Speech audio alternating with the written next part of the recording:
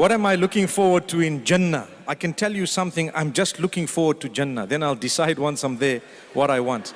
The reason I say that is, I have a lot of people asking me more than 200-300 questions over the last few years. Will my cat be in Jannah with me?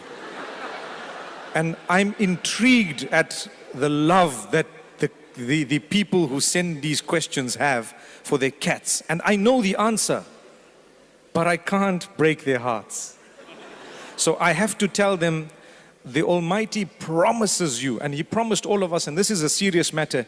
He says, when you get to paradise, you will have whatever you want, how you want it, when you want it, in the way that makes you happy, without changing what you want, even by a speck.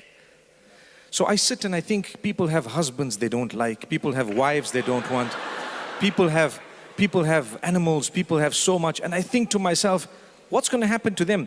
They just need to know, please get there, then you're going to see what's going to happen.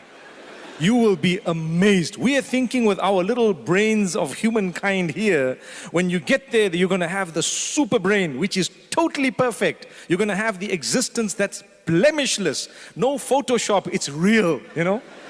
It's real. You don't have to try and change things. No makeup, it's actually fact. That's who you are. And if you want to be someone different while you're thinking, you're changing. If someone wants to see you different, they'll be seeing you different while you're seeing yourself different. I can't even explain. So then I tell them, you know what, please just get to paradise first. Talk about your cat there. If you think about the cat when you're there, I promise you'll get the cat. But the question is, will you think about your cat? Yes, I definitely will. That's what they say. But the answer is, hang on, it reminds me of one thing. Sorry, I'm taking one more minute. It reminds me of one thing. I said it in the Philippines, and I might have said it again elsewhere. Say it again for a fourth time. You know, in 1960, we used to have Mercedes, right? And it used to say 280S at the back. And we used to be excited. Oh, wow. Not that I was born at the time, but I'm talking of a 1960. I'm talking of the 1960 model, 1970, then you had a series that came, and the guys were saying, I can't afford this Merc, but inshallah in Jannah, Allah will give me this. The same guy, 15, 20 years down the line, if he was to be given that Mercedes, he wouldn't want it. So if I decide now what I want in paradise, maybe 10 years later I won't want it.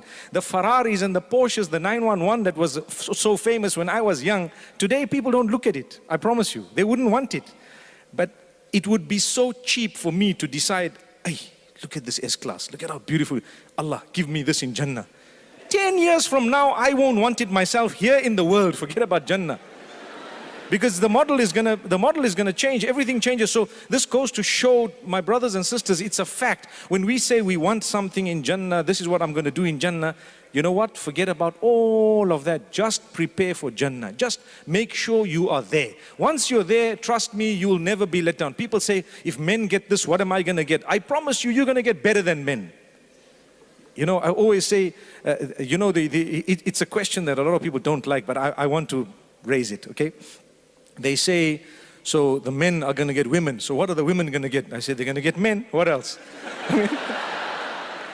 What else? I mean, it's really so when you get there, I don't want to talk about the details. Please, let's get there. When we get there, we will definitely be the most pleased. So don't ask me, what do you want to do there? Please, I just want to get there. If I'm there, I'm a happy man. Inshallah, I see you guys there. Say Ameen. Inshallah.